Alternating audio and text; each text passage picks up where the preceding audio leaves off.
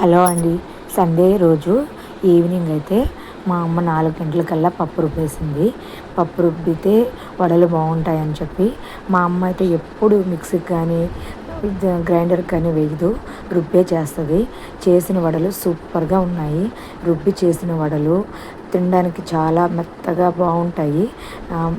మేమైతే ఎప్పుడైనా వడలు చేసుకునే పని అయితే రుబ్బుకొనే చేసుకుంటాము. ఇంకా వడల్లోకి చికెన్ కర్రీ అయితే చేసింది. చికెన్ షార్వా అనమాట. వడలోకి చికెన్ షార్వా సూపర్గా ఉంటుంది. టేస్ట్ అయితే వేరే లెవెల్. ఇంకా చికెను వడలు ఎంతమందికి ఇష్టం ప్లీజ్ కామెంట్ చేయండి. వీడియో నచ్చితే లైక్ చేయండి.